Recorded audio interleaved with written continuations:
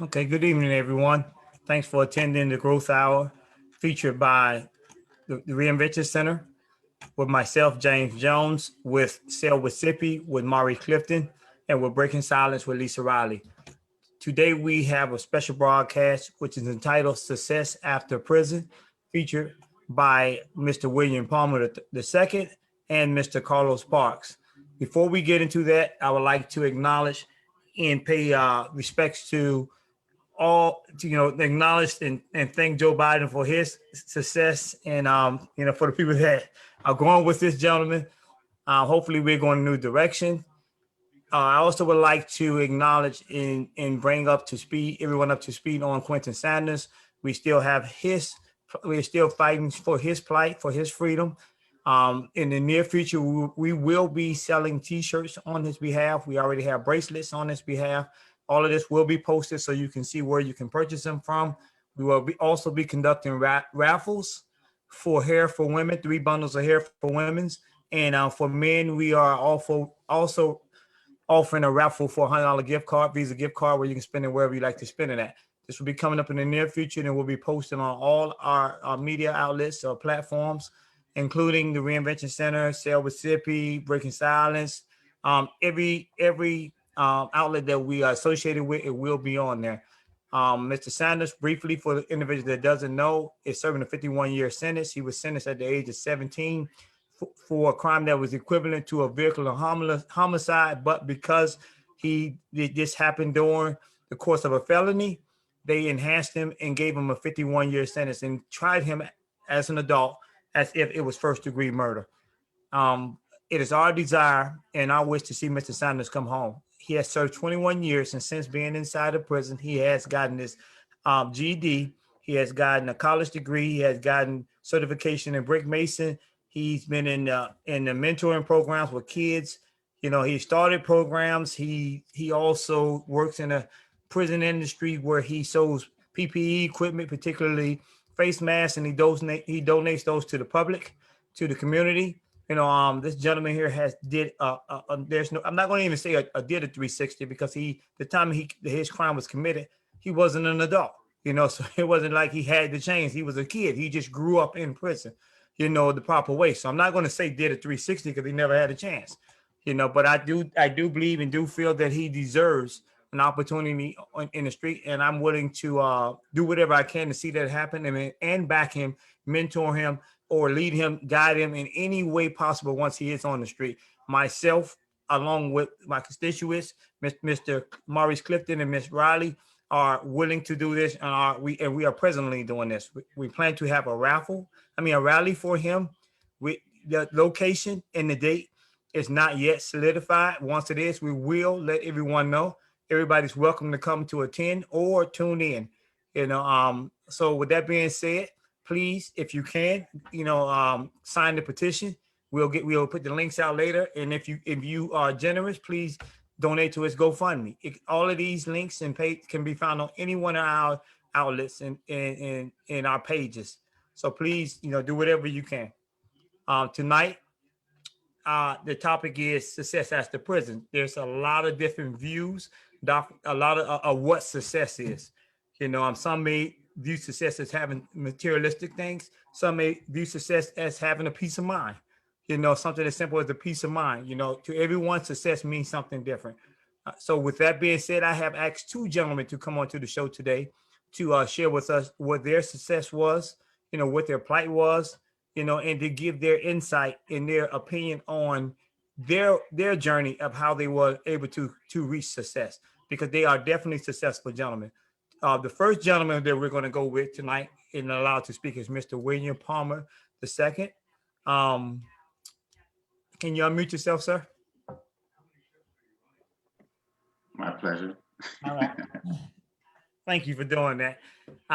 First and foremost, I would like to say thank you for accepting our invite to come on to the Growth Hour and to share your story with everybody. We definitely appreciate you, and we we are ready to hear what you have to offer.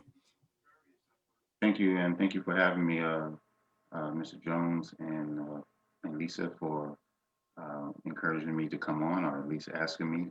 And I'd like to acknowledge my brothers, Carlos and Maurice, and Sister Shana and Jessica, and everybody on the panel.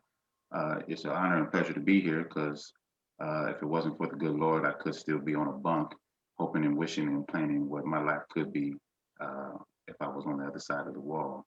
So when we talk about success, Mr. Sanders is definitely someone that I want to see success come to. And first, I wanted to say that as a child, him and I were both children, 17 years old, when we were placed in a brutal terrorist system that I call the prison industrial complex. It's based off of slavery. It's based off of terrorism. It's based off of the dehumanization of an entire continent.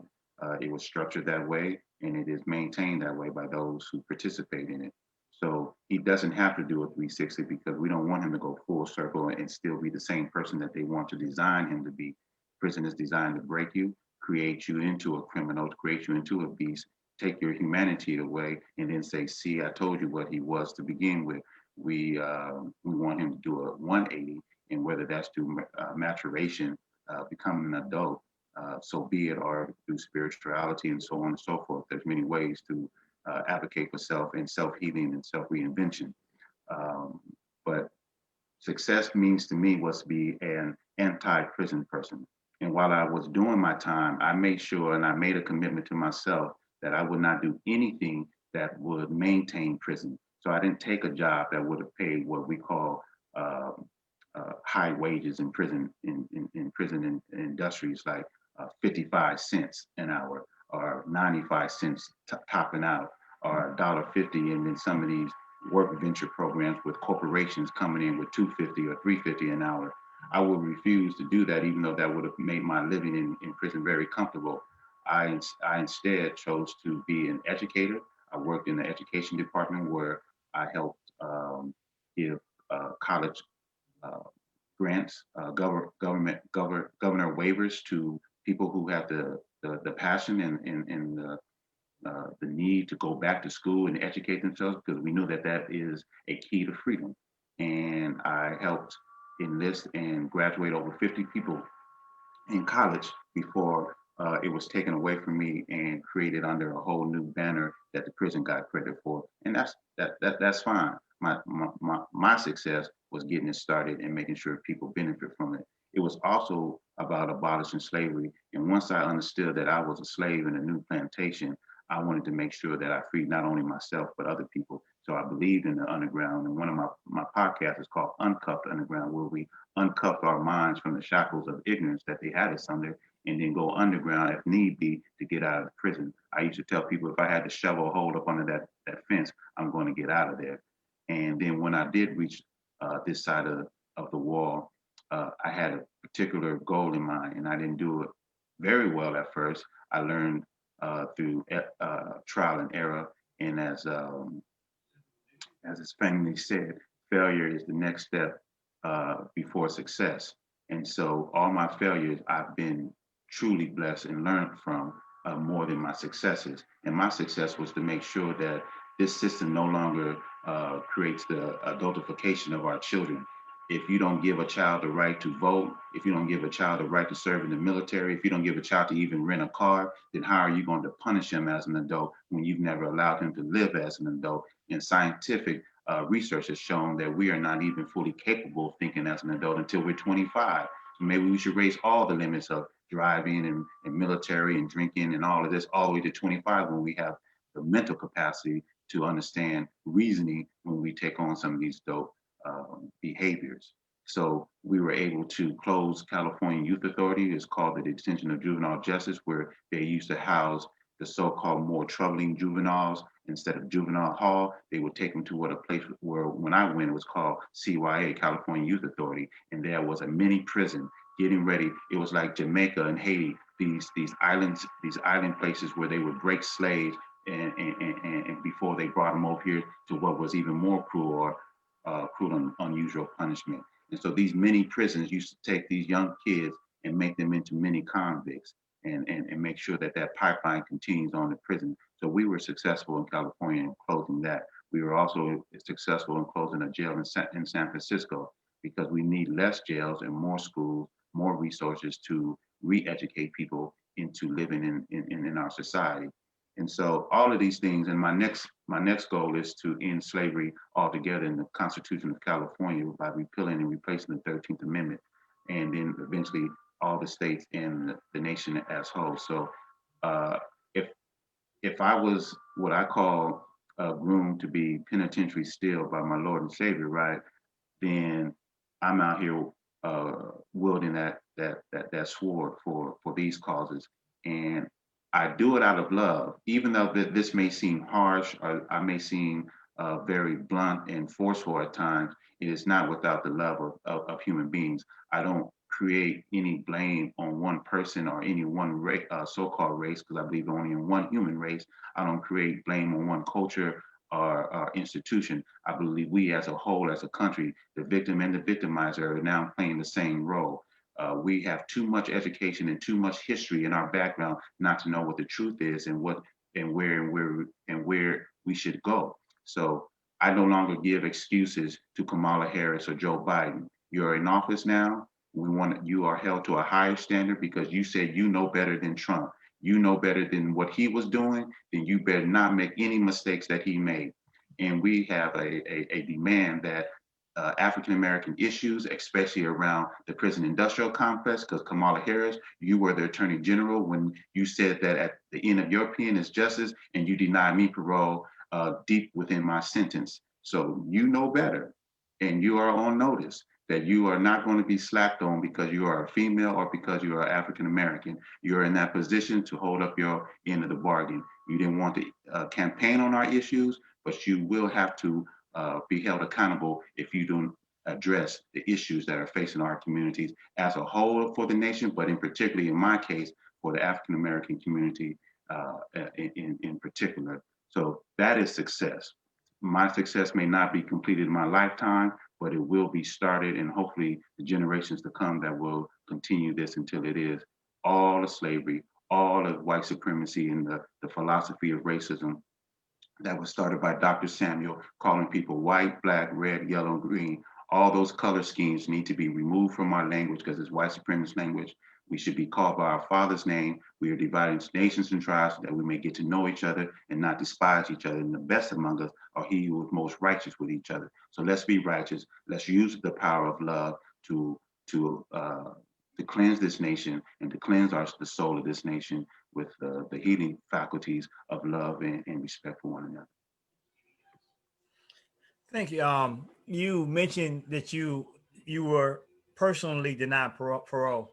Can you give us some background, if you don't mind, of what trials and tribulations you have been through?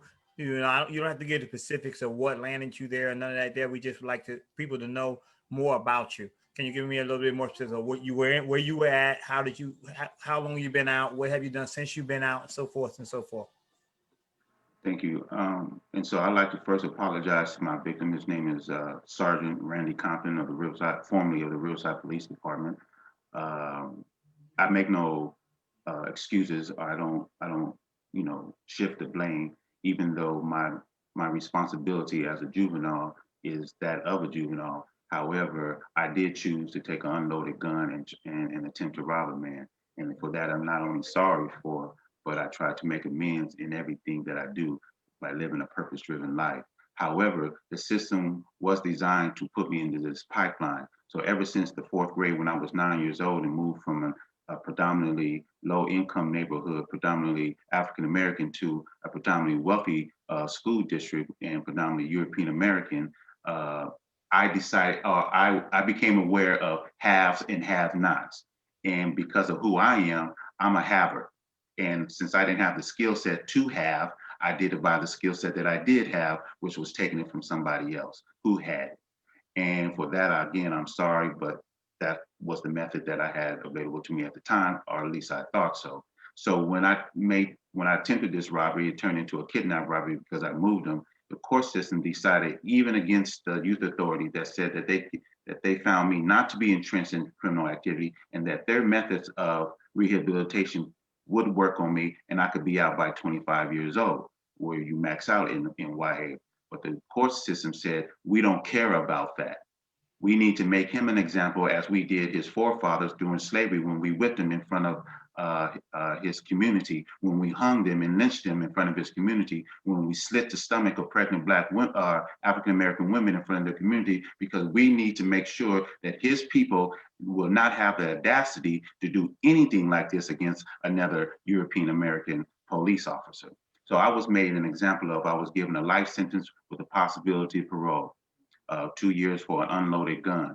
And in that process, they decided to keep me in prison for the rest of my life. And I became aware of this at year 27.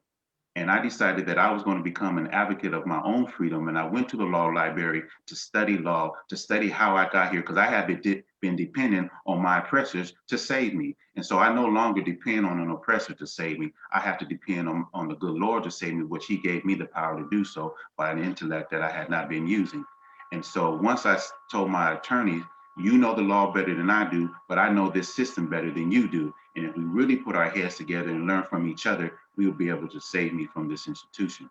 And so that's what we went to work. Me and Megan Hafstad of O'Melveny and Myers, we started to work together as a team, along with the other attorneys that was on the team to represent me pro bono to acquire my freedom.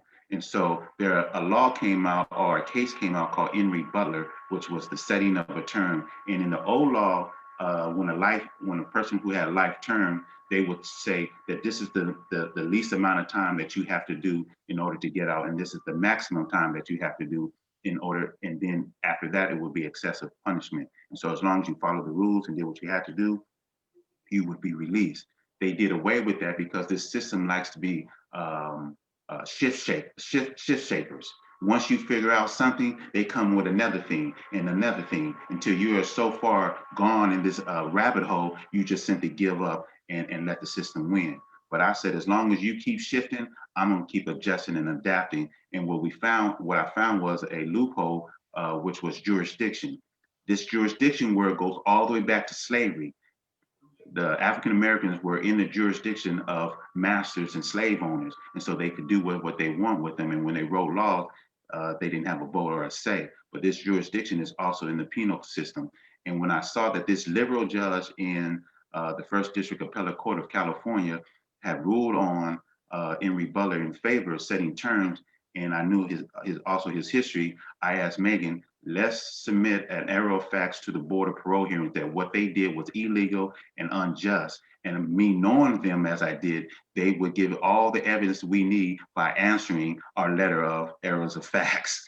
And that's exactly what they did. And so we submitted that to Judge Klein, and he accepted it in his court, which he had the right to do. And we pretty much backdoored my case into his court, where if we had not done that, I wouldn't be here today. And so the first case in 2015 went around and around, but eventually it gave teeth to another Senate bill called 260, which was a youth bill that gave youth a meaningful chance of release. But it was all words and smoke and mirrors. But Henry Palmer 2015 1 and 2 gave it teeth, where we changed just some evidence. Basically, the board could say, "I don't like the way you was dressing today. You don't show us respect. We'll deny you parole." That's some evidence. They could just make up something, but we gave them substantial evidence, which means anybody in a reasonable mind would would deduce that this person is ready for parole, and that whatever little misbehavior that he may have done is not an indication of him being able to obtain his freedom. And then there was a whole list of things that if I went on, we would take up the whole show. So we won that. It gave tens of thousands of youth offenders a chance of parole. I meet them every day, coming up to me, thanking me that they are free now because of that law. And then we said that because we've established constitutional excessive punishment, we are now saying that parole would be an extension of that, and Mr. Palmer, should no longer be held in constructive custody by being on parole. We just went to oral arguments this Tuesday while you were voting for Kamala Harris and Joe Biden. I was fighting for my freedom for the first time since I was 17. and we believe that we will be successful. And it's only in the hands of Allah at this point. So um, that will also help other people get off of parole as well and live a free life. So that's my story in a nutshell. So let me ask you this. So are you affiliated or have you joined any organizations to change more, continue to change the laws, citizen committees or anything of that nature? So from day one of my parole, the first day you have to report to your your transitional housing.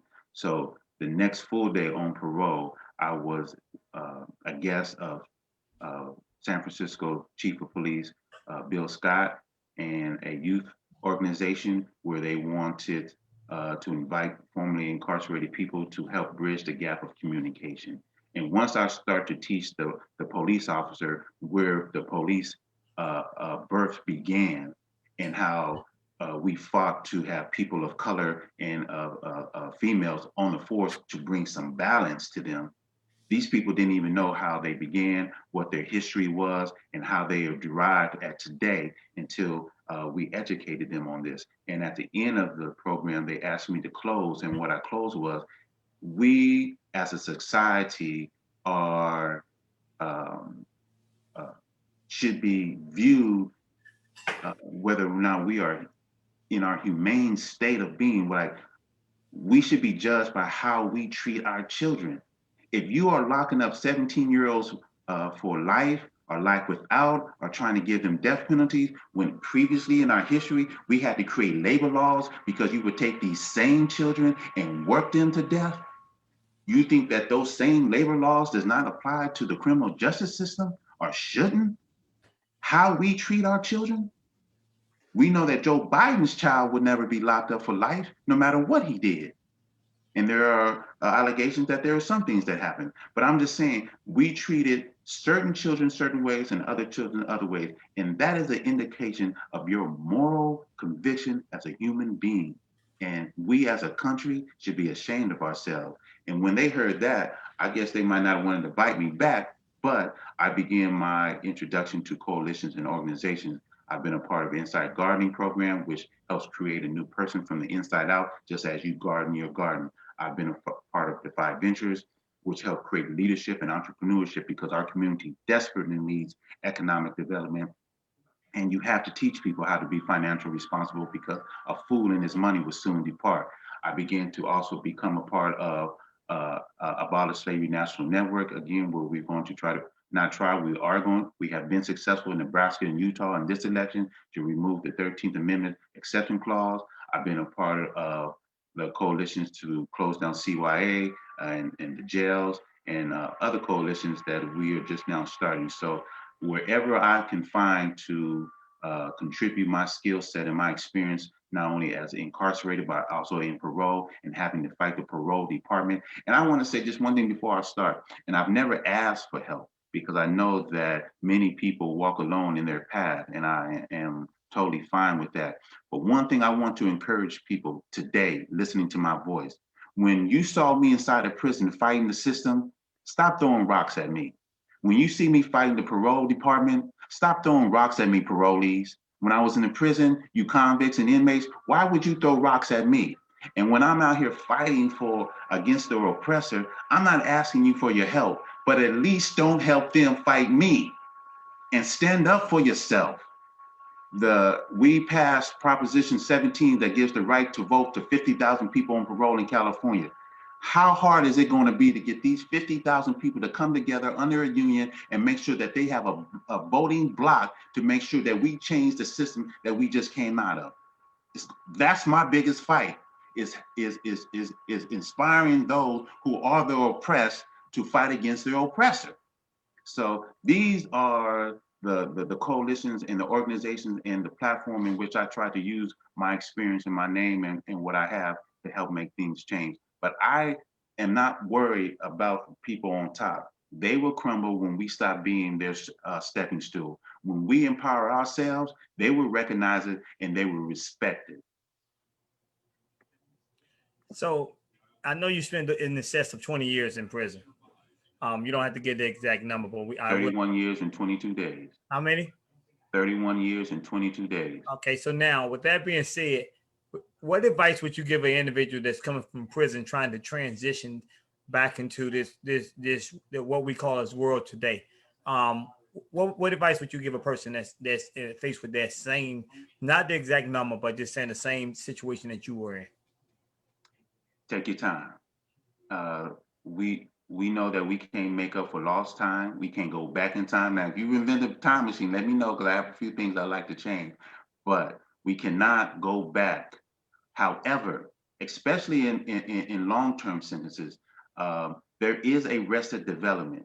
So taking your time doesn't mean seeking the things that this world has to offer that are good and using your skill set that you learned inside to benefit your community and the society at whole. Taking your time means that you will envision the world as you last seen it. For me, it was 17 years old. I'm still about 27 years old right now, right? So that's why I look the way that I look. Still kind of young, but that's just a joke. But you will envision this world as the last time you've seen it. That means if you were 18, you're gonna be acting like 18 in some capacity, especially emotionally, especially in relationships, especially relationships with females if you're male or whatever your choice of partner is. You're going to experience that same sensation that you did when you last were involved in your relationship, and that goes for working in jobs and so on and so forth. And what the problem is that the parole department has a one shoe fits all approach, and they had no skill set or no resources or no apparatus to deal with someone who has spent 31 years and 22 days since the age of 17 and getting out and viewing the world as a 17-year-old kid in a 48-year-old body. See, so take your time, but do not compromise the value of yourself. Do not compromise what you have to offer to society, and do not compromise in accepting nothing less than what is best for you from a parole department and a parole agent. It will hurt. I spent 4 times in county jail fighting the system because I refused to be treated like a criminal. I refused to be treated like someone on parole because the court had already deemed that I should be off. I made sure that they understood that I was constitutionally excessive punished and I would not accept any more punishment from you. And even though they tried to derail my California Supreme Court case, uh, they cannot account for the phenomenon of the supreme being. If it ain't meant for me, it ain't gonna touch me. And if it's meant for me, I'll receive it all. So when you have that type of confidence, walk with your big stick. You know, walk with that big stick, but make sure you don't, use it wildly or irresponsibly. And when they respect you, you'll see it. So it's not about. I'm not encouraging anybody to go against the law or go against parole conditions or any of that. But know your rights. Expect a high standard of human treatment and don't accept nothing less. It's only going to hurt for a moment. And if we stand together with those who fight for freedom and justice and equality for all, man, if you have to die for it, you'll die a happy man. You'll die with a content soul, and your legacy would be phenomenal. We all have to leave at some point in time, and so in encouraging as well is have a life plan, not a parole plan, because one day you won't be on parole. Have a life plan and have mentors and advisors around you who know how to help you execute that plan, and you will be fine. You need resources, you need human resources, you need employment resources, you need all types of resources, and they are out there, especially in San Francisco. I can't speak for everywhere in the United States or California in particular, but in San Francisco, they have resources for us. And when you get out, make sure you don't forget where you come from. That will allow you to slip back into your old devices and habits and vices and habits and bad behavior. Remember where you came from and remember those who you left behind. They are counting on you to live in an example life so that they won't point back and say, see, we can't let the rest out because of people like this. We carry that burden until we change it. So, if an individual is getting out in the San Francisco area, I believe that's where you're located. Is it okay if they look you up to get some of these resources that you're speaking on? And if so, how can they contact you? For sure, I work for Oakland Private Industry Council, where I'm a reentry coach and I help people in a self-help course on Wednesdays. We get together and we maintain positive momentum. So you can get at me by contacting Oakland Private Industry Council. Let me see, I do have that phone number, and yeah, you can. I don't mind anyone contacting me directly. And I also work for legal services for prisoners with children, and we help pass legislation. We give stipends to people to come in and work to get on their feet. We also belong to All of Us Are None is a nonprofit group associated with that, and with that, uh, we just help you get established, like becoming members. Excuse me. Uh, okay, here we go. So yeah, my work number is 510-277-5047. My work number at LSPC is TARIQ at prisoners with an S with children.org. So you can look me up on Facebook at William Palmer. I think it's William Palmer the second or something like that. You can also see me on Instagram with Uncuffed Underground, and I have a private Instagram which I'm trying to just make it for family and friends. But go to Uncuffed Underground on Instagram. It may even be under Billy Palmer. So all of these ways you can reach out to me. Okay, for the people who wasn't able to catch that information, if you definitely would like to get in contact with them, you can either contact myself or Miss Lisa. We can get you in contact with Mr. Palmer. Definitely appreciate everything that you bring to the table tonight. Your perspective, your story is definitely phenomenal, and I'm glad to see that you overcame and you didn't give up. A lot of people, as you said, give up in the fight because it's a long, extensive fight. I'm also particularly glad to hear that you became a self advocate for yourself because a lot of people continuously depend on the others in the system to continue to help them. I always try to instill in everyone that you have to be a fighter in your own fight in order for it to be a greater success. That has always been my thing, and I've been told that I am the exception because I've done what you've done. But so I'm glad to have you aboard. You did, I wanted to Mr. Clifton down here. Is a gentleman that also has been, in our shoes and has come home, and he hasn't been home that long. I want to say less than a year. I know it's less than a year. And he's doing phenomenal things like yourself and everything. But so I definitely agree that we need to come together, do things together, network. And if you have any ideas, suggestions, or anything to make a plight better, please bring it to the table. We're not big headed at all. We accept everything. We don't know it all. We know it, so this is one of the reasons why we have this broadcast for this hour or so growth hour, because we want to grow, and growing is receiving different information from different people, looking at things from different perspectives. So I definitely appreciate everything. And if you think of anything, definitely bring it to the table, please. And I'm going to say this before you move on, but I work with the sheriff of San Francisco. I work with the police chief of San Francisco. I work with the public defender's office. I don't I don't discriminate on who I work for. If the president in office today wants to work in the issues that surrounds the African American community, I'm all in. I will unite with you. Uh, and today I'm the San Francisco sentencing commissioner, where I influence how people are now going to be sentenced to prison or jail. So this is a full circle a reinvention of myself. I was a illiterate high school dropout at the time that I committed my crime.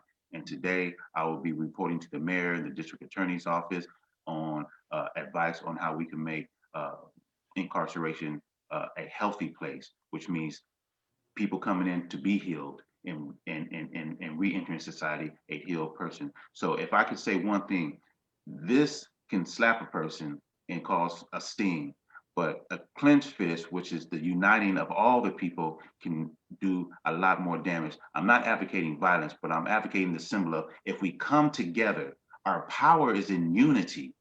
It is not like this. No matter what our differences is, no matter if you're European American, African American, Asian American, if we come together and articulate all our issues that we have, all of them can be addressed. There is no or yours or mine. It's all or none. It's all of us or none. And so I want to encourage our European American citizens, you're not losing anything. You have 100-year head start plus. You're not losing anything. It's going to be taken away from you when you just make the playing field even. We'll catch up. Don't worry about it. I don't need you to help. I just need you to stop. Stop being white supremacist. That's all. Stop being racist. Stop with that philosophy. It doesn't help you, your children, or your family. It may appear to be, but you're losing your soul. All right, thank you. Did anybody on the panel ever have any questions for Mr. Palmer before we move on to our next guest? I guess you, Mr. Clifton, you have any questions or anything you'd like to say? Mr. Parks? Oh yeah, I got something to say, man. I felt Mr. Palmer, that really resonated with me, the message, and I've always had a strong, a great respect for individuals from the West Coast because that is the home of the Panthers, and I already know. Listen, we connecting on a whole lot of different levels. If you look behind me, you see who I got painted. So I painted Huey P. You know, I got paintings of all of the Panthers. You know, that's what I do. But yeah, I really respect your drive and the fact that you didn't come out bitter. You know, you came out with an intention to make a change, and a saying, a quote that I read today that I felt like applied to me. I know it applies to you. And it said, people who tell the truth have no friends. So don't tell the truth if you are afraid or you're not strong enough to stand on your own. So that when I started, it resonated with me so much that I put it as a note in my phone. You know, like I would never forget that quote because that's me. I'm brutally honest. I love your honesty, and I'm pretty sure when you give it to the mayor or whoever, you give it to them like you giving it to me. You know, you don't. We all put our pants on the same way. So yeah, I respect everything you said, brother. Yeah, like I say, it resonated with me. Um, yeah, I appreciate it. Thank you. Thank you. Mr. Clifton, you have anything you want to say?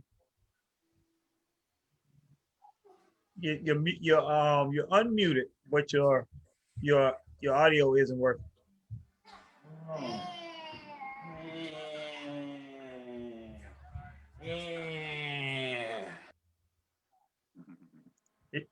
You're unmuted. There you go.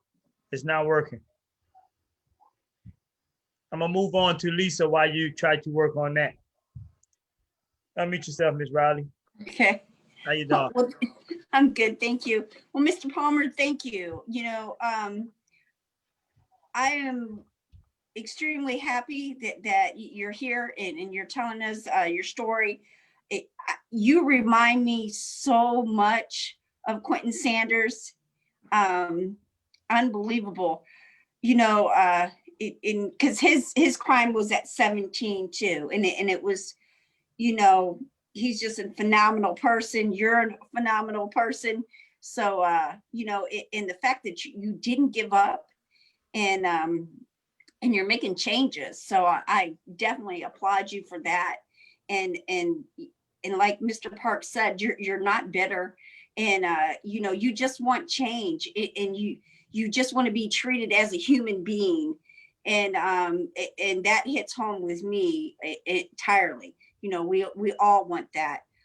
You know, we all have a loved one, or we've all been incarcerated.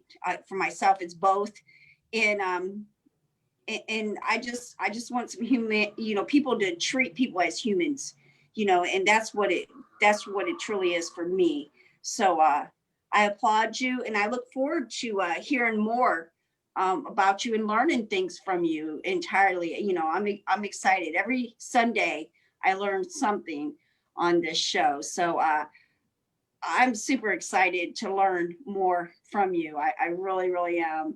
And yeah, so thank you. Thank you for all that. And I truly hope that Miss Sanders is watching. I keep looking at my, Yeah, she's watching. She's yeah, watching. is she watching me? I just Yeah, don't she's see her where I'm looking. But yeah, so definitely thank you for that. You know, I was real excited because I knew you would give people hope. And, you know, a lot of people reach out to me that really need some hope and something to hold on to, like, you know, don't give up. You can keep doing this. And you definitely do that. So thank you for that. I know there's a lot of incarcerated people. My phone will blow up as soon as this ends, and you know, and you give them hope. So thank you for that. Before I try to see if Mr. Maurice Clifton has his audio together. You have it together, sir? Yeah, it should be. Okay, you together. Give me one. Let me say two things to the brother. First thing is, from what you gave us tonight, you know, this is what I personally got. To you, success is not what you get based on monetary value and stuff like that, but it's the things that you accomplish in helping others. You know, and to me, I think that, you know, that's a great measure for success, because a lot of people have a different view of what success is. If I got a big house on the hill, great job, and a dog and a wife with 2 kids, then I'm successful. You know, but what you're saying is no, you know, it's what you give back and how you help others is what makes you successful. And I'm glad to hear you say that, because, you know, a lot of people, I think it's very few people that have that view in that. That's one thing I wanted to say. The second thing I wanted to say to you was, in the beginning of the show, I mentioned that we're going to do a rally for Mr. Sanders. I would definitely love to extend the invitation for you to come speak at that rally, because you are, these gentlemen are so similar. You know, you both lost, you know, your freedom for a long, extensive period of time at the same age, you know, and as you recognize in the things that you've done, because you lived it, you can give it, even though you're a grown adult and you have evolved into that grown adult, you still have that experience that you can give to someone that was at that age. And I would like for people to hear that when we actually conduct this rally for this gentleman. You know, so I would ask that you think about it. You don't have to give an answer now, but I want to extend the offer to you now to come speaking. When we do it, we're looking to do it in sometime in April. We'll get back with you as soon as we get an actual date and actual location. We will get back with you, and then you can give us a decision then. We are looking at the COVID numbers and looking at all health concerns and all that stuff there, and that's why we're kind of like pushing it out a little bit because of that. You know, but we would definitely, I would myself and, you know, the Sanders team would definitely like to speak to you more about him, because, you know, I'm sure you can give us some insight, considering that y'all was in the same position at one time. Mr. Clifton, with that being said, Mr. Clifton, yeah, go ahead, Mr. How you doing tonight, sir? Hey, I'm good, man. I just like to say hello, everybody. But man, it was a pleasure hearing you speak, Mr. Palmer. You know, well, welcome home. How long you been home? It'll be 2 years this March coming up, so it's a little over a year and a half. Okay, yeah, you're doing. I think you're doing great. What was your biggest adjustment coming home? Relationships with females, with women. Yeah, that was a huge adjustment. Things have changed in 31 years. It's not, I have changed myself, so it's not all on them. But that was huge. Yeah. And the other is just adapting to the speed of life. It's much faster.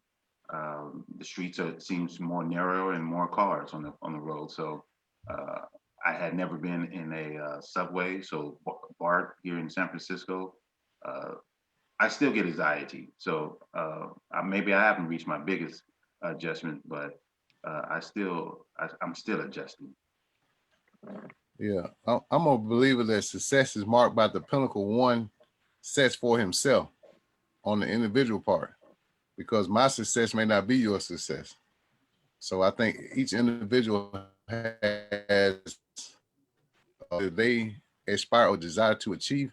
Now, from the outside looking in, I think another person's that might mark my success or your success or James or Mr. Park's success or Lisa's success a little bit greater than they mark their own. We might be still striving for our pinnacle, but to the outside person, to the layman looking in, we've become successful. So that's just my idea of success, because to me it's a pinnacle that can never be reached, because once I become content, then I feel like I've quit striving to help other people. I just got home in January, and so like you say, it's two different speeds: the speed of incarceration, the speed of freedom. I think it takes a long time to get adjusted, to that lane.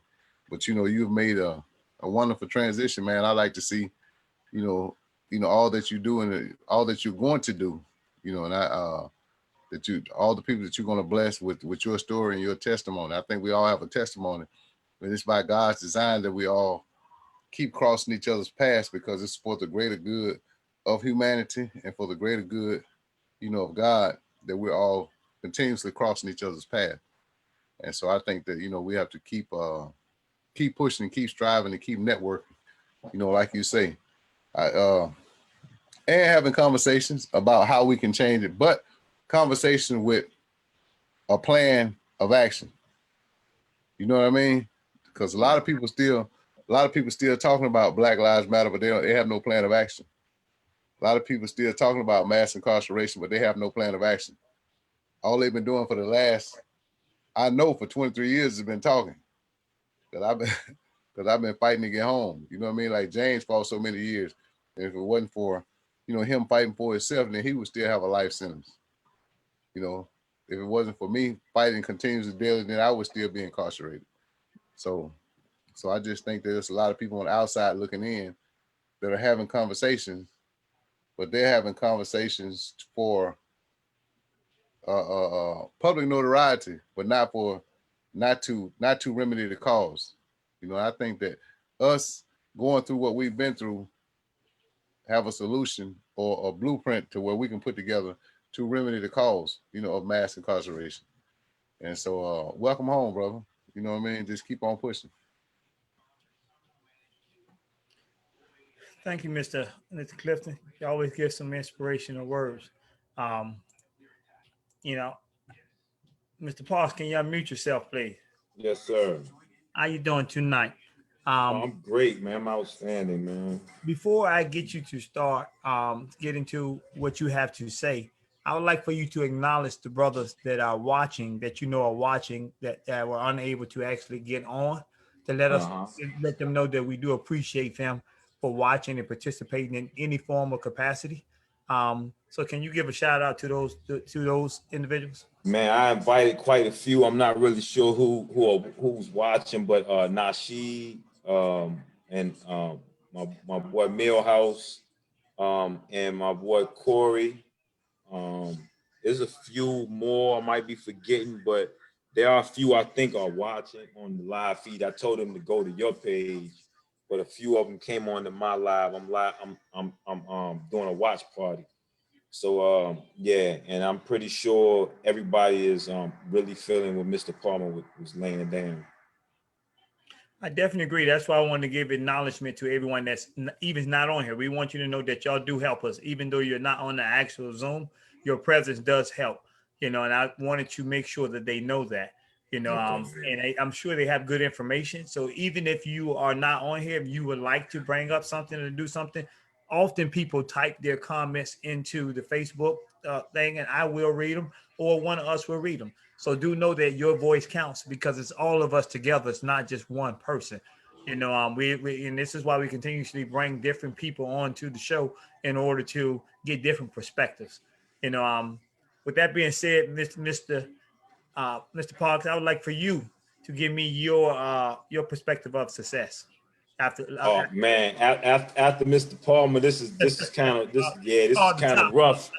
But I agree, like, on so many levels with what he said and what Sippy said. Everybody's view of success is different, and coming from where we come from, from extensive time and on the other side, I feel like you know, a lot of people will try to point me out as being successful, and that kind of really makes me mad because I'm just getting started. Like I haven't pinnacled yet. So yeah, I do some things, and everything I do is not for self gratification, man. Like I say in my TED talk, there are people who live vicariously through me. We used to be on the other side, and we were always wondering how guys were doing who were released.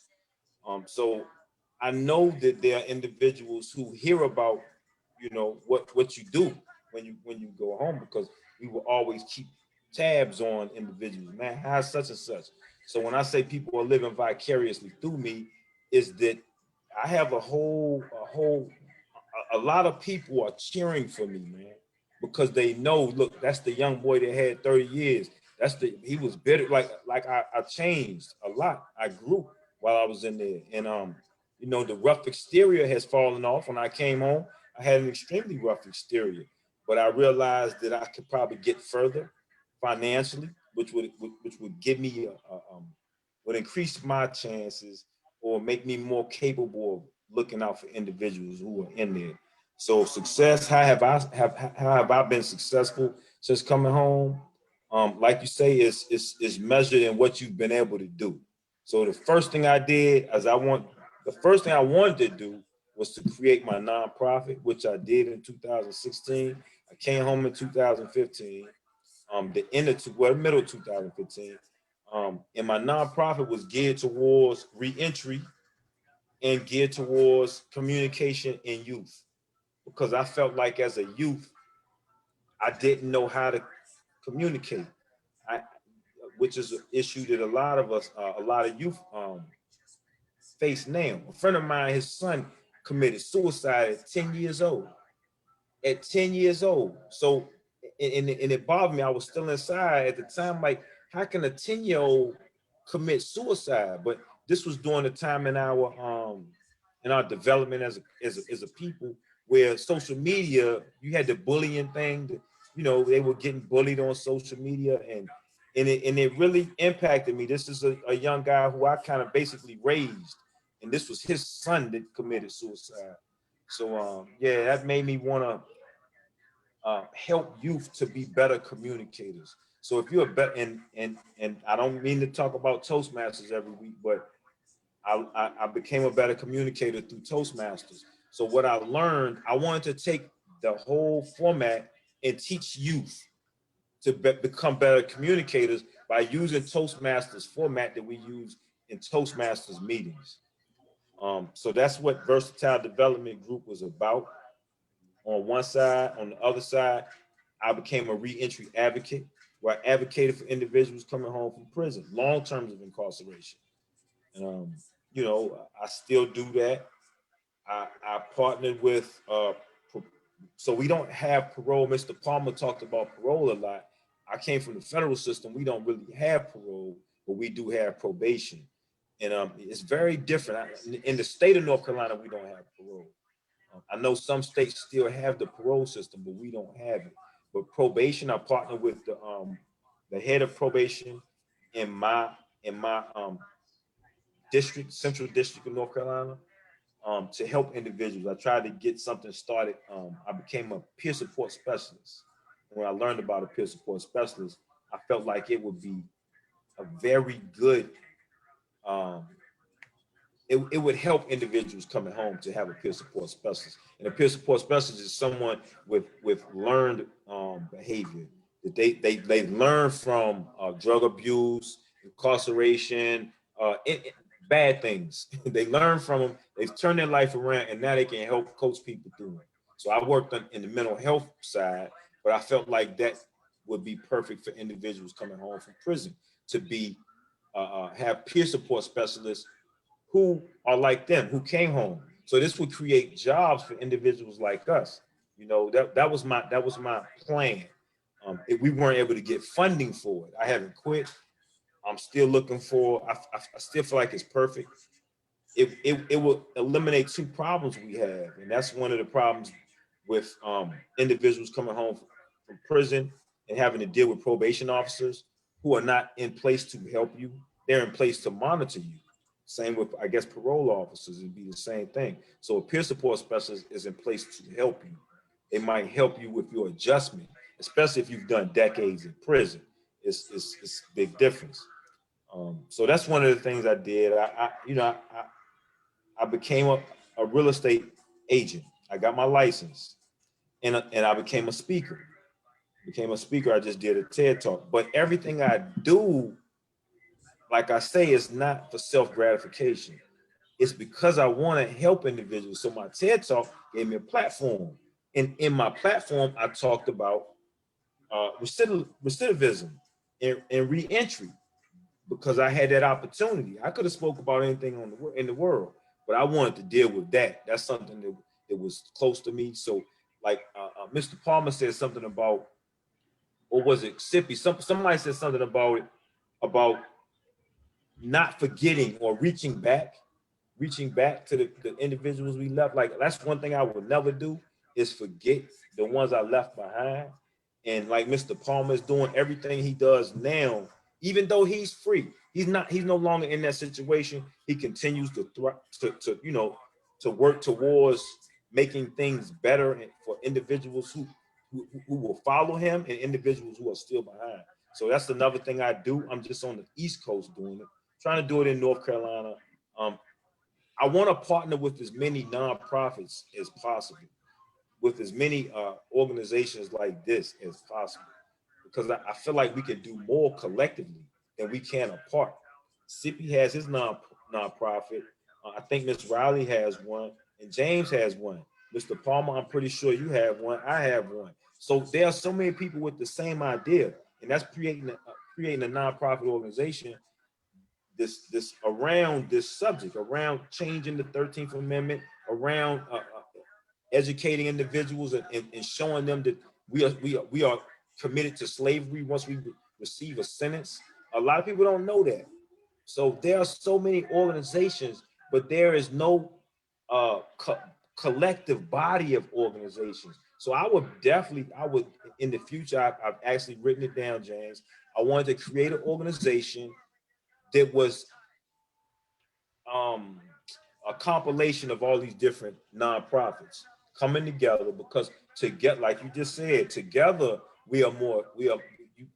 I can knock you out with this. I can just smack you with this. You know what I'm saying? So there's more impact from a closed fist. So think about, I'm in North Carolina alone. You can't count how many nonprofits we have that are geared towards reentry. And I'm pretty sure it's like that state to state. But there's no organization that brings all of these bodies together.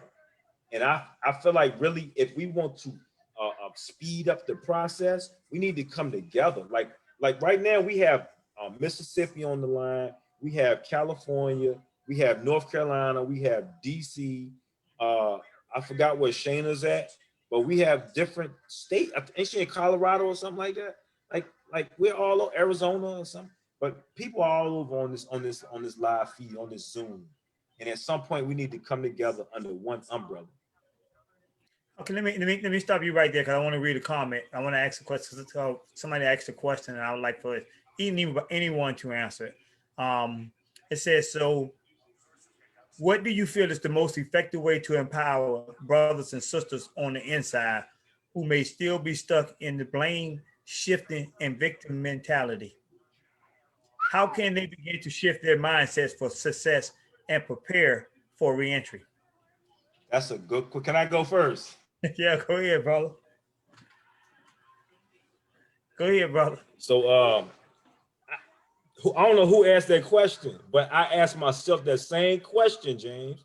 So I created a manual. I wrote a manual. I published it. I got it copywritten, and I'm trying to push it to prisons. I want to sell my manual to prisons, because the program we went through, which was the religious program that they offered in Petersburg, Virginia, they didn't offer. This was in the federal system. They didn't offer this religious program anywhere else. Is that correct, James, or was it somewhere else? They have it in other institutions, because they had it in Leavenworth. They have it in it was in Long Park at one time. It was in several institutions. But when they first started the religious program, it was in higher level institutions, and then they broke it down to the lower level ones. Okay, got you. All right, well, I was in Texas, and I went to this religion because, for one, I wanted to get out of Texas, and I had been there 8 years, and secondly, they offer more halfway house. So everybody was like, "Oh, you can get 6 months halfway house if you go to religious program." And somebody's calling me. Yeah, so I went, and it probably was the best move I had made. You know, I was short at that time, but I went and I was surrounded by individuals who all voluntarily came to this program. So I watched the progress of everybody who came out of that program. I don't know what our recidivism rate, but I'm pretty sure it's very low. You know, it's very low. That program was very helpful. But these are individuals who didn't want to be like everybody else, right? We wanted to get out and do something with ourselves. So when I was in that program, you might remember, but there was a video they showed, and there was a guy. I don't know if he came through that program, but he was a co-defendant of the boy they call Baby Jordan from Richmond. He's famous throughout the federal system. I forgot his name for some reason, but he was one of his co-defendants, big case. But he went home and he changed his life and he did some positive things. But when I watched that video, it changed me. You know, like I say in my TED talk, it changed me because he was a car dealer. He was a car dealer at like a Chevrolet dealer or a toy. And I was like, wow, that's huge. I didn't know you could do that with a felony. So ignorance is one thing that many of us suffer from inside. So I really feel like if we wake these brothers up on the inside, we might be able to change their lives on the outside. And let me ask you. So that's why I wrote the manual. Let me ask you this. Okay, so you're saying the manual is what helps the individual on the inside become more aware of what goes of how to change their mentality and get away from shifting.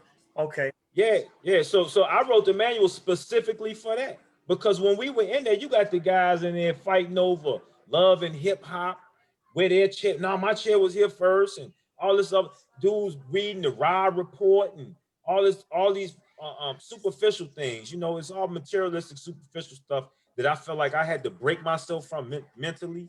So it really, the change occurred inside, and I feel like in order to change these individuals inside, there was a quote I quoted.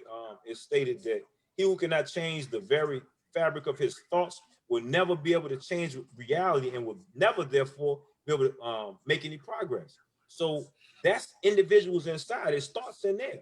If you change the fabric of your thoughts while you're in there, then when you come out, you're already prepared. When I say I came out ready, I was ready. For one, I knew that women, like Brother Palmer said, he had to adjust the women when it was different, right? So I knew everybody came home and they would first thing they do is get with a girl. So you got guys who trying to figure out a way to manipulate the system before they even get home. You know, you either gonna catch the bus home or you gonna get a ride home from the feds. So you had guys who were saying they were gonna catch the bus, all the while they got their girl gonna come pick them up because they can get home faster in the car, in the bus, than in the bus. So the system thinking they on the bus and it's gonna take 12 hours to get home. It really took them 3 hours to get home. That gave them time to go to the hotel room. And then, hey, my man. Not to give up game. You know, they not on this. They not on this speed. You right there, bro. But you know, all that type of mentality gotta change. Okay, so let me share this with you. I'm not disputing that. Let me share this with you though. You know, Miss Bo is the one that asked that question. And in the victim mentality and the mindsets, you know, it was great that you wrote a book. That's manual. I ain't write a book. A manual. I apologize. That's going to reach a group of people. However, you know, we from being in the inside know that it's only a select few that actually sit down and read something that's educational. That's why I made it thin. Okay. Now, what hurts us, and I'm saying this to answer her questions. One of the things is the manual that you wrote. The second thing would have been to have individuals like us go back in. I forget the brother name that came. That's another one. From Exodus I forget his name. He inspired me to do what I'm doing right now today, and I'm going to reach out to him. He's in New York. I forget his name. Him and Diane. But before he left, before I left, he had offered me a job with his nonprofit. But we was in different locations. But I'm going to go back and say, but my point is going back in and speaking to individuals and letting individuals who see us, who know us, knew we've been in this system, because each one of us on this panel, with the exception of Lisa, done over 10 years, Yeah. and it may not seem like it's a long time, but that's a long time in that small world. So going back in, being able to see us, remember, I remember him, gives them hope, gives them, and them hearing us telling us, you can't come out here bitter. You can't come out here as the victim, or you're not going to get to where you need to get to. Those are the ingredients that you have to take away from yourself. We have to talk to them. Now, I had a gentleman tell me this before, and we may need to implement this in some form or fashion. Collective come together on the mindset and put this into play. Start doing virtual meetings with them instead of having to be there personally, because COVID prevents that. Let's do some Zoom meetings or some other platform where we can be on and they can sit these gentlemen in the chapel or somewhere and watch a projector screen, and we can interact with each other that way, or whatever the case may be. We need to find a different way now to do that, because COVID is putting a lot of restrictions on us. So I'm hoping that so the manual and the actual speaking to them and seeing people that they're familiar with, because Mr. Clifton is known, man, throughout the system. Beaumont, Texas, he'd have been known, Mississippi, Arkansas. He's been at, a lot of places. You'd have been a lot of places. I'm sure Mr. Palmer been a lot of places. I'd have been a lot of places, because we'd have been in the feds, so the feds bounce you around. Yeah. People seeing us, and saying, hey, man, and recognizing what they deem us as being successful may get them to listen and say, well, hey, I may need to take a page out of their book. So I'm thinking that speaking to them is doing that, but it has to, she's correct. The mindsets have to change, because if not, they come out with this bitterness, or they come out with this victim mentality. They're not going to make it out here. I'd like to add to that, because what both of you guys said was on point. And Carlos, I work for All Over to None. We send manuals into prison on almost every subject you can imagine that a person that's incarcerated may need, from getting custody of their children or releasing custody to a grandparent, to self-advocacy, and on and on. So we would love to be able to send your manual in to other people. On the on the other hand, not everybody's gonna make that change. It's sad. I hate to say it, but it's the truth. I Yeah. lived with 4,000 men at a time for 30 years, and I've seen them come and go. I've protected drug addicts because people wanted to whoop on them. I said, he can't help it. He's a drug addict. He's addicted to this. You acting like he could just give it up and live a straight life. This is impossible for him. And it's not that I'm trying to save him from a punishment from you who argue, but I'm trying to say we need to care for him. And a lot of people are going to need to be cared for. So on one hand, yes, we go in there and we speak to them, but many people ain't even coming to the auditorium to listen. And so it's going to take a community to help everybody. If it takes a community to raise a child, it's going to take a community to save a child. And every child that goes to prison, whether it's at 17 or 27 or 47, because you're still in a childlike state, it's going to take mothers and girlfriends and brothers and homeboys not feeding into the sickness and saying, no, I'm not going to send you money to go spend on drugs, but I will send you this, and that. Like, I will send you education material so that you can read. So you have to have communications with their counselors, with staff members inside, you have to have communication with everybody that's connected to your loved one incarcerated, so that you know that he's not running game on you or anybody else. Because we was running game to get in there, and we're going to be running game to get out, like the brother said. This is just the facts of the story. That not everybody, but a lot of people, right? And number two, after my parents died, after I fell into a state of hopelessness and in depression, I sat on my bunk and decided, I'm gonna rock it in here like I would rock it on the street. And if that means, whatever I have to do, that's what I have to do. And fortunate for me, I was in that state when I heard this call and they said, "Man up, stand up." I said, "Wow, that sounds good."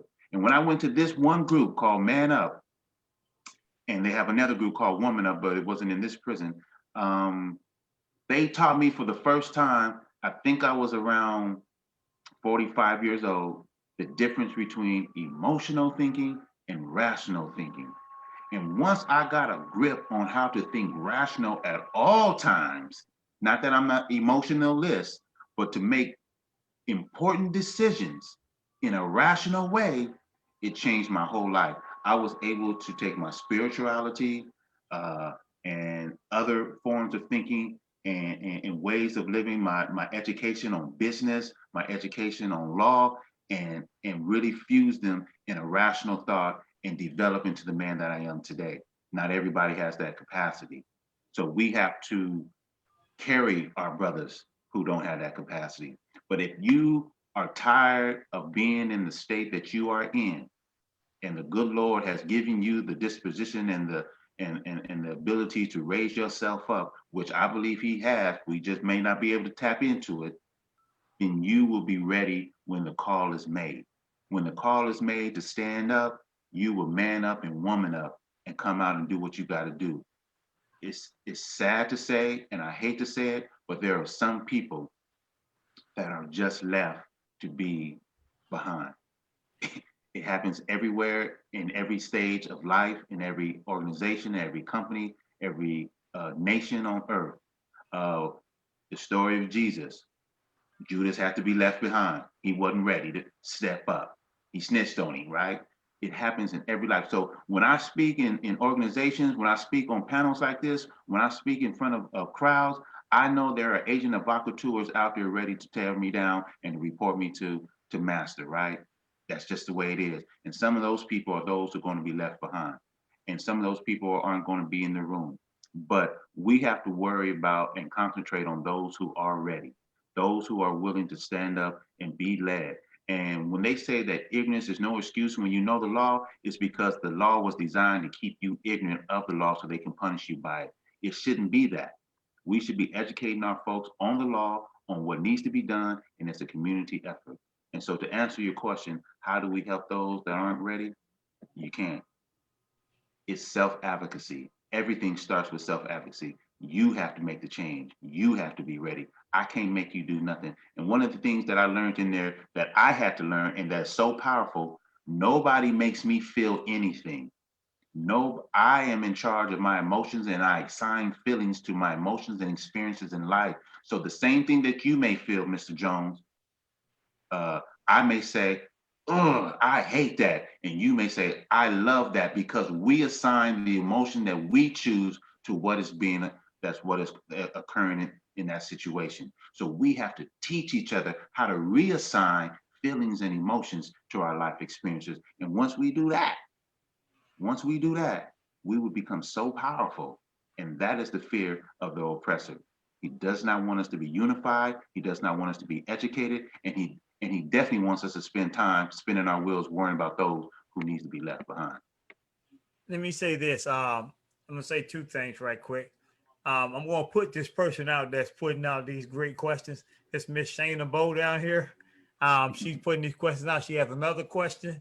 After we answer this question, then we're going to go ahead and wrap this up because I don't want to continue going on. Love these type of topics, but we can't do it. We can't go on like this. First, I want to say read something she said. Then I'm going to read her next question. Her first, she said that's so incredibly true. It begins with self.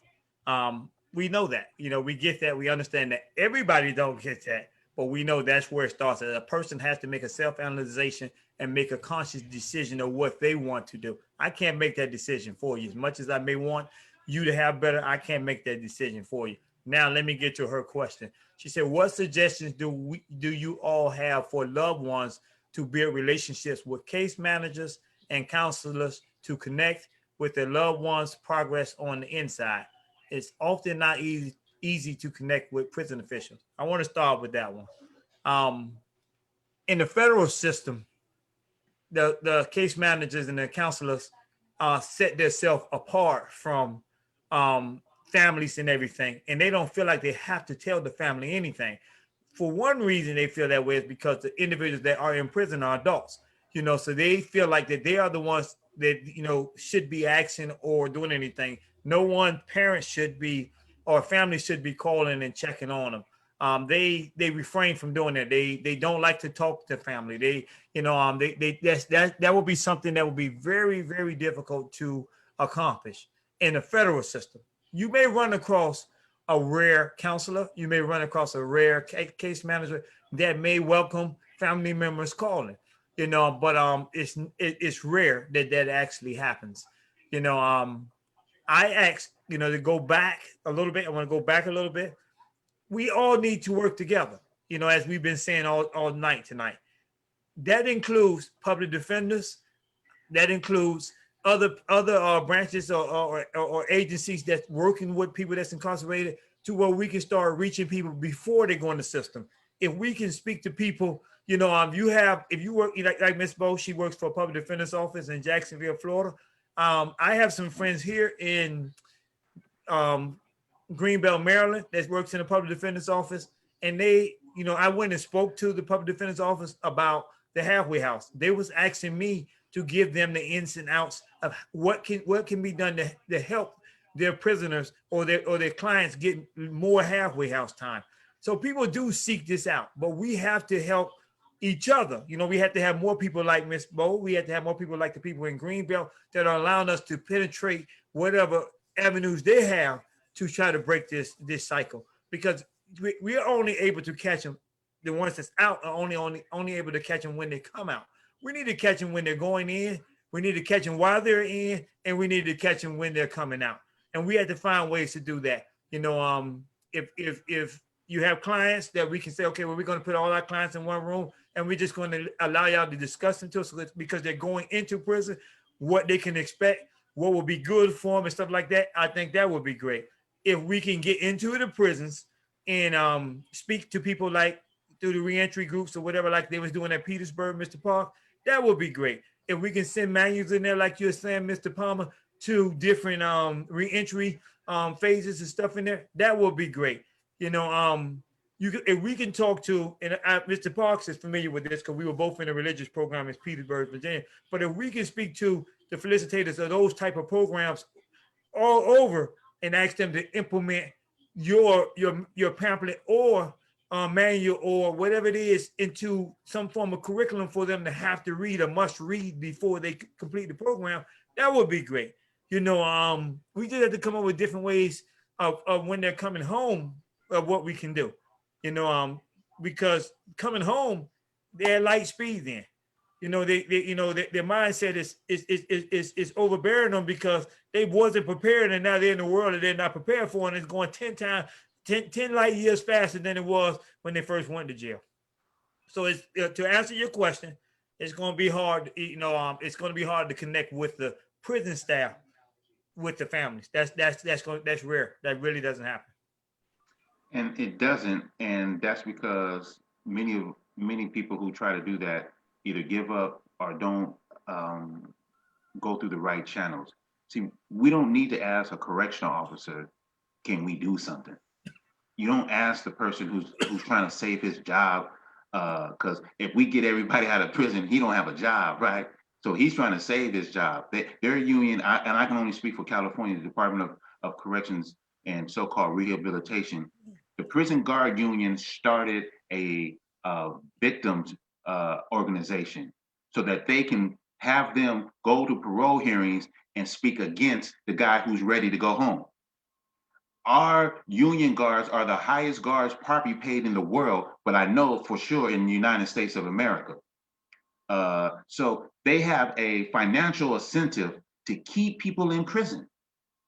And that should not be a government type of job when we talking about success, right? How you get paid. If your recidivism rate as a prison industry is 70% of failure, how do you continue to get raises by these governors that you and I are electing with our vote? So when we talking about saving people, we have to first stop the people who are trying to make sure they are not saved.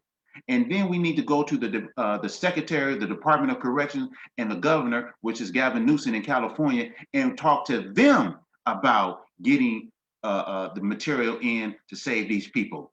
Because those people's job is responsible of making a correctional department successful, which in our terms is lessened by the decade, by the year, by the month of the bodies that they are warehousing and taking full advantage of. So when we talk about who do we talk to, how do we get things done, stop talking to the person who has a financial incentive of keeping it going.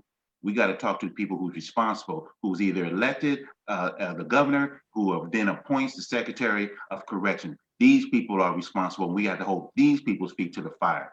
And we can do that if we unite. And one of the things I want to say before I go is that I wanted to form a freedom committee, just like Brother Carlos was talking about.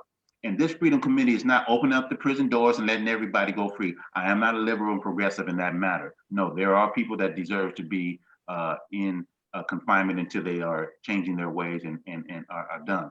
But there are men who were dedicated, honestly, with integrity, to fight for change, for justice, for equality, for their people, that have spent 50 years in our California prison. 50 years, while the man who shot President Reagan is on the street with his family. How can you tell me that a man who shot the president of the United States could walk free on the streets of the United States of America, while the man who was fighting for his people, getting shot by pigs in Oakland, is in prison and he was wrongly convicted? These are the type of people that I'm going in to free. Those of our soldiers who are needed out here in the community, who have not changed anything, but they were the ones inside of prison protecting 17-year-old kids like me from being raped and preyed upon by these so-called gangsters and convicts. He stood in between us, and they want to keep him in prison until he dies. So this is the fight for freedom for our fallen soldiers. We have forgiven white supremacy. We have forgiven all the officers who've ever killed a Black man unarmed. We have forgiven all the judges and crooked DAs who have intentionally locked up many of our people from the 60s on forward. When can you forgive our freedom fighters? When can you forgive those who were on the front line? So Black lives matter, but not after they die. They matter while they're living. And before I end again, when people associate themselves with Black lives by saying blue lives matter, they are talking about a shirt that a man can take off after he gets off of work. We're talking about skin and organs and life that we can never change. And it is one of the hardest things to do in the United States of America, which is being an African American in this country. So please miss us with all of that comparison stuff. We know your life matters because you get off for killing us. But we're saying that our lives matter not after we're dead, but when we are fighting for equality and justice, not just for our people, but all Americans. Well, I definitely appreciate that, brother. Definitely appreciate that. Anything that I can do, I always tell people that anything I can do, don't hesitate to reach out to me. And I'm all for it. I'm all about solutions. I'm going, Miss Bo kind of sparked something in me. Me and Mr. Carlos have been touching on it, but we definitely need to find some ways to actually get back in there and do some helping the ones that's in there, get out or get their mentality. When I say get out, I'm not only saying physically, I'm talking about mentally, as well. Because that's needed, because a lot of us, even though we are out physically, are still mentally locked up because we're still doing the same things that we were doing on the inside, so I definitely appreciate everybody tonight. I definitely appreciate all the perspectives and everything. And I definitely would like to have you back again, Mr. Palmer. Thanks for coming again and everything. Hold on one second.